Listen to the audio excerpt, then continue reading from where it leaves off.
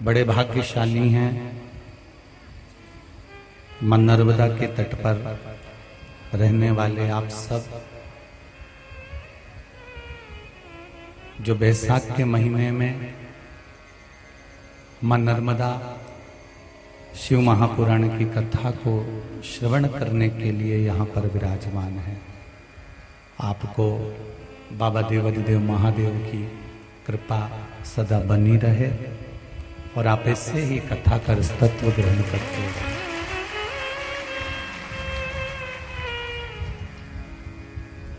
जिनकी पवित्र भूमि पर ये पावन भक्तों के चरण पड़ रहे हैं, ऐसी पुण्यमय धरा को भी नमन करता हूं। ना जाने कितने भक्तों के पांव इस भूमि पर पड़े हैं।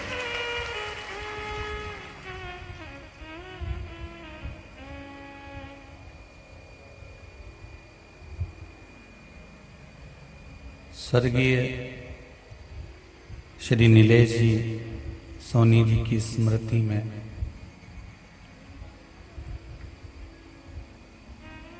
बाबा देवाधिदेव महादेव की कृपा से श्री बद्र प्रसाद जी, रविकांत जी सोनी, श्री शैलेश कुमार जी सोनी, सेमली हरचंद द्वारा नर्मदापुरम के इस पावन सेमली हरचंद में भगवान की अविरल कथा अपन सब श्रवण करने के लिए बैठे हैं।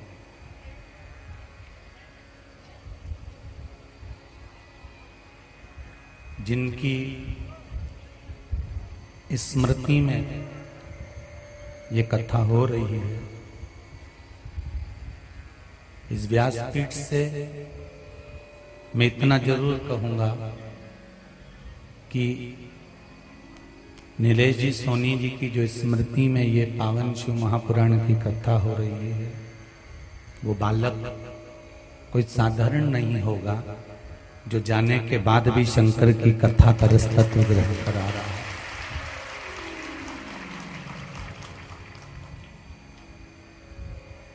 मृत्युलोक में आना और जाना, पृथ्वी पर जन्म लेना और मर जाना, ये तो जगत गुरु शंकराचार्य जी भी कहते हैं कि पुनरपि जननम पुनरपि मरणम, बार बार जन्म लेना, बार बार मरना, ये तो निश्चित है। हमने पहले भी कथा में कहा, तुम रोटी खाओगे तो भी मरोगे, नहीं खाओगे तो भी मरोगे। बादाम खाओगे तो भी मरोगे, नहीं खाओगे तो भी मरोगे। कोई अलग से कोई सियोर वाला महाराज आया न तुम आए, सब एक जैसे हो। पर जो समय हमको मिला, उस समय का हमें सदुपयोग करना।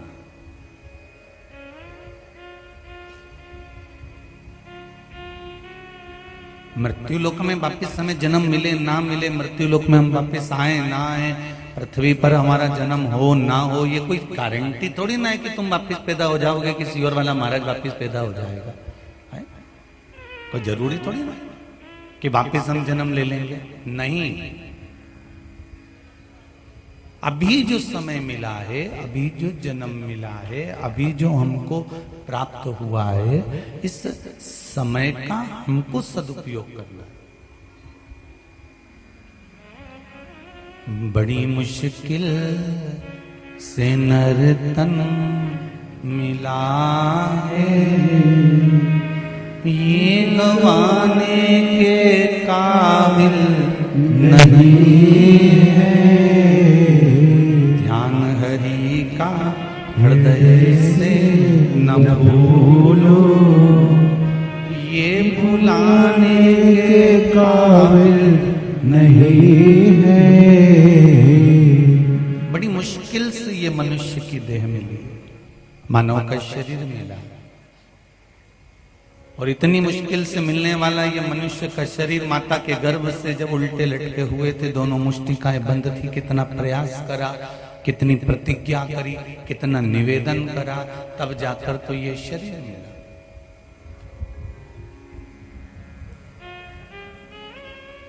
और उसके बाद भी हम इस शरीर का सदुपयोग ना कर पाए, उसके बाद भी हम इस शरीर को भगवान के चरणारविंद में रख ना पाए, तो जीवन बेकार है।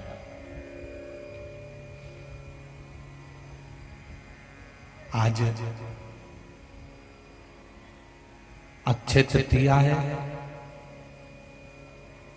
आज के दिन किया गया भजन, तप, साधना, स्मरण, निवेदन, भक्ति, भोजन, दान, पुण्य, सत्कर्म अक्षय हो जाता है, मतलब वो कभी समाप्त नहीं हो सकता। वैसे तो शिव महापुराण की वायव्य संहिता कहती है कि शंकर भगवान को दिया गया दान या शंकर भगवान का किया गया भजन या शंकर भगवान की सुनी हुई कथा या शंकर भगवान पर समर्पित करी गई एक बेलपत्र या शंकर भगवान पर चढ़ाया गया एक लोटा जल, अगर आप शंकर के मंदिर के सामने से भी निकल कर चले गए हो या शिव के चरणों को धोख लगा दी, प्रणाम कर दिया, तो ये तो अक्षय हो गया। शंकर को किया गया पुण्य भजन एक लोटा जल कभी समाप्त ही नहीं, वो अक्षय है, वो अजर और अमर है, उसकी समाप्ति नहीं हो सकती।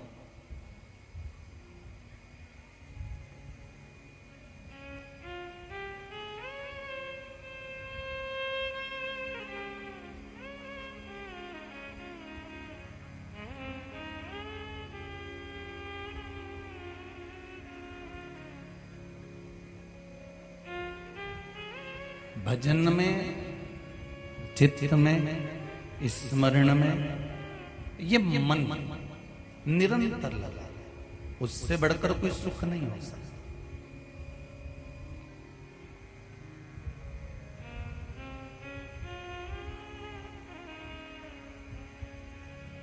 मां नर्मदा शिव महापुराण की कथा सुन रहे हैं आप और हम बैसाख के महीने में।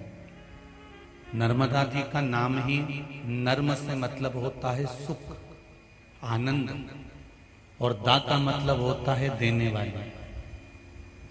जो सुख की देने वाली है, स्मरण की देने वाली है, भजन की देने वाली है, भगवत स्मरण की देने वाली है, वो नर्मदा। ये साधारण सी कोई ऐसी बहने वाली नदी नहीं है।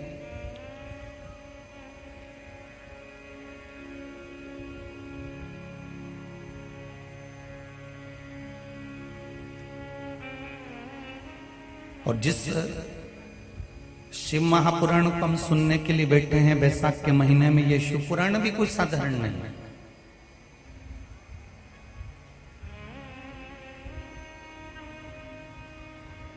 शिव महापुराण की विद्येश्वर संहिता में एक शब्द लिखा हुआ है कि मनुष्य के ना जाने कितने कितने कितने कितने जन्म निकल जाते हैं, तब भी वो शंकर की कथा का रसतत्व ग्रहण नहीं कर पाता है।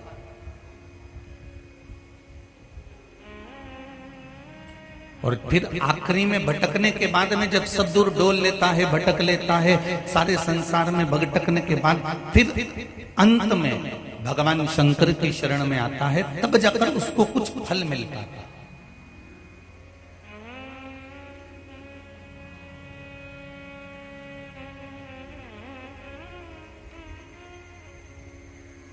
भक्त और भगवान के बीच में कोई दूरी ना हो। हमको तो ये इतने सारे जो ये बीच बीच में तुम्हारे जो बैरिकेड्स हम खड़े हुए हैं ना तुम्हें रोकने के लिए, ये भी हमको ठीक नहीं लग रहा है।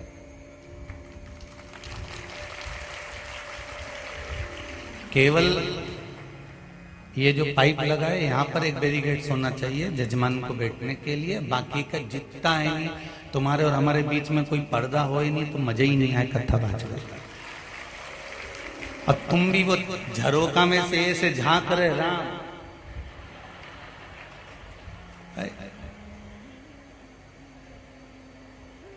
और आधी दूसरे पे ढुली जा रही और वो बाजू वाली यूं मारे जा रही।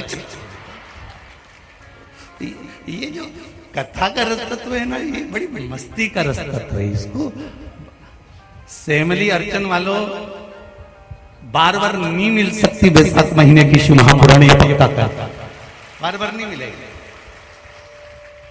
ना जाने कितने पुण्य प्रकट हुए होंगे। ये सोनी परिवार के तो पुण्य बाद में प्रकट हुए होंगे, पहले तो तुम्हारे पुण्य का घड़ा भराया होगा, तब जाकर यहाँ कथा हो रही है।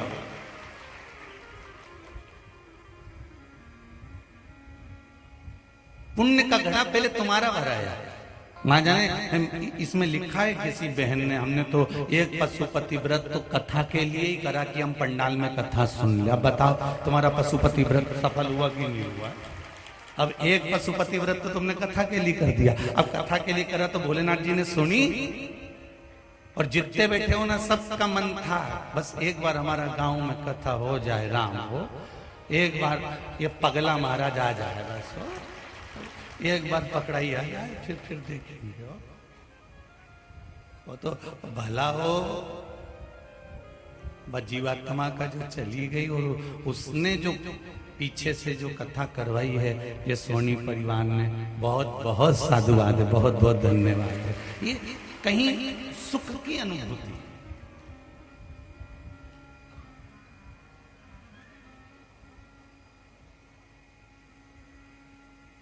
किसी के मरने के बाद में कोई पुण्य करवाता है, और किसी के मरने के बाद में लोग उसके जाने के बाद उसको अपशब्द कहते हैं। दो तरह के लोग रहते हैं। वो गांव में एक व्यक्ति ऐसा ही रहता था, वो हमेशा गांव वालों को परेशानी करता था। उसने विचार करा कि मैं मर जाऊंगा तो फिर इनको परेशान कौन करेगा। तो उसने क्या करा कि गांव वालों से कहा, भैया मेरी अंतिम सांसें चल रही है, मेरे प्राण छूट रहे हैं, मेरी उम्र हो गई 90 साल की, अब मैं मर रहा हूं। मरने वाले की अंतिम इच्छा पूरी करना चाहिए। मेरे दोनों हाथों में 2 कील ठोक दो और पांव के पंजे में 2 कील ठोक दो, बस इतनी सी मेरी अंतिम इच्छा है, फिर मैं मर जाऊंगा। गांव के लोगों ने मना करा, ऐसा नहीं हो सकता, हम नहीं ठोक सकते, देखो अच्छी बात नहीं है, नहीं तुम्हें सौगंध है, तुम्हें ठोकना पड़ेगी, मेरी अंतिम इच्छा पूरी करना पड़ेगी। और गांव के सरपंच ने कहा ठोक दो। गांव के लोग कीला लाए, तो उसके हाथ में ठोका, तो उसके पांव में ठोका।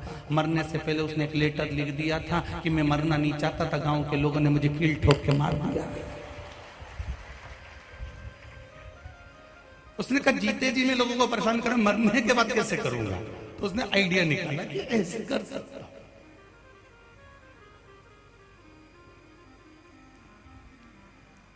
कोई होता है जो पुण्य कराता है, कोई होता है जो भजन कराता है, कोई होता है जो सत्कर्म कराता है। इसलिए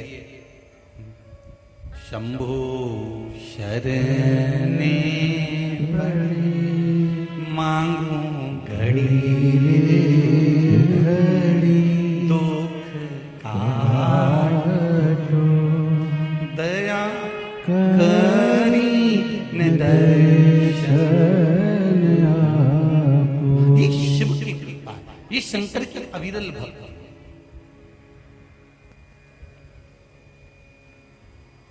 कल कोई कह रहा था कि गुरुजी से कहना कि कल अक्षय तृतीया है ना, तो ब्याह शादी जरा जा जाए। तो वो शैलेश भैया है ना, उन्होंने कहा होगा कि गुरुजी से कह देना कि जरा ब्याह शादी ज्यादा है, तो हो सकता है कि पहले दिन कथा में कम लोग आए। पर बापड़ा हो तुम काया गए इतना सारा। अब इन्होंने तो कहा कि पहले दिन कम लोग आवेंगे, ऐसा तो हमारा इतना सा कहना था शैलेश भैया, जितने बैठे हैं इनके भी किसी संबंधी की यहाँ का शादी हो रही होगी। पर संबंध 2 तरह के होते हैं। एक वो संबंध जिसको निभाना था वो वहां चले गया, और एक संबंध जिसको शंकर से निभाना था वो यहाँ। ये संबंध की बात है।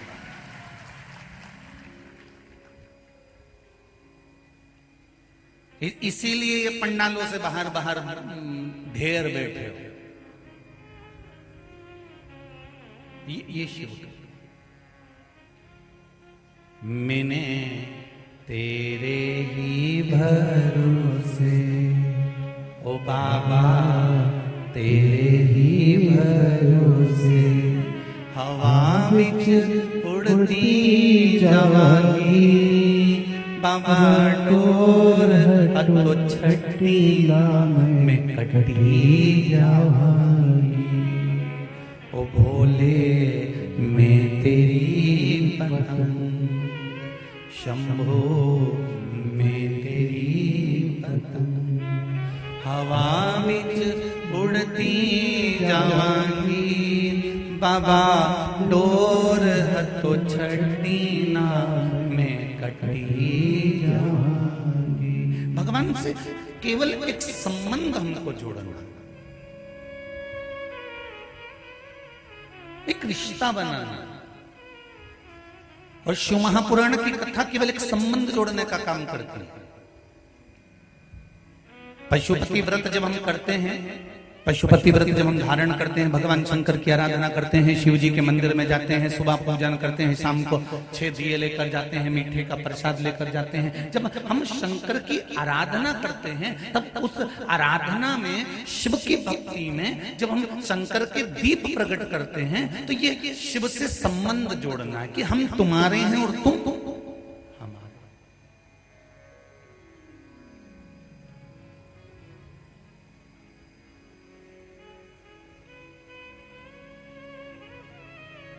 यहां भोलेनाथ जी से संबंध जोड़ना। और एक बात बहुत अच्छे से ध्यान रख लीजिए,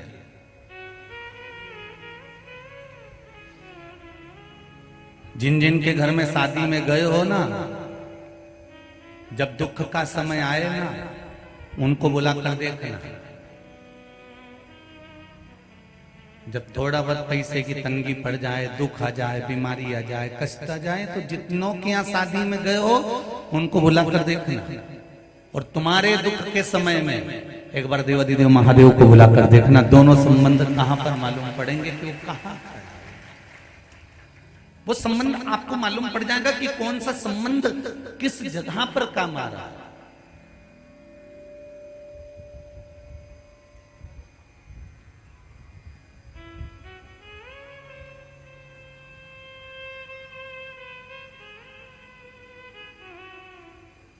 महाराज, परिवार, रिश्ते, नाते, ये तो घर तक के साथी हैं, और घर के बाहर तो इससे तो आगे। भजन ही है साथी, हरि के भजन में अकेला रहेगा।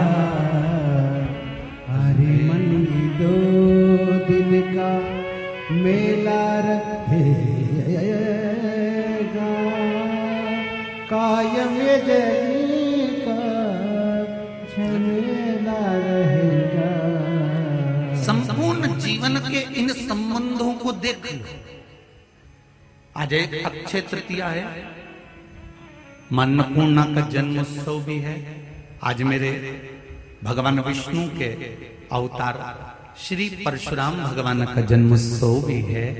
आप सभी को मेरे परशुराम भगवान की और अन्नपूर्णा माता के जन्म महोत्सव की बहुत बहुत बहुत बहुत बधाई।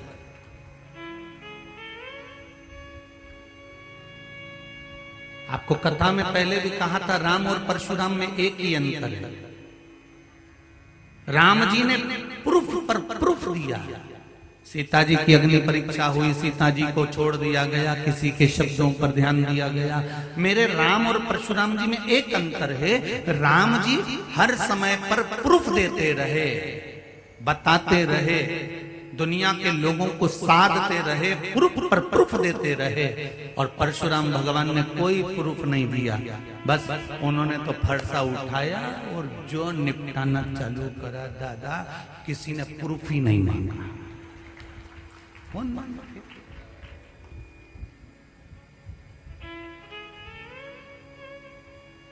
फिर कौन मांगे कि भैया दादा इससे कौन भिड़े?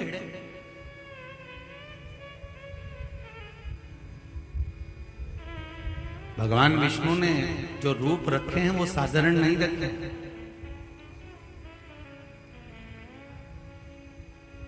भगवान विष्णु ने जो स्वरूप धारण करे हैं वो साधारण नहीं करे।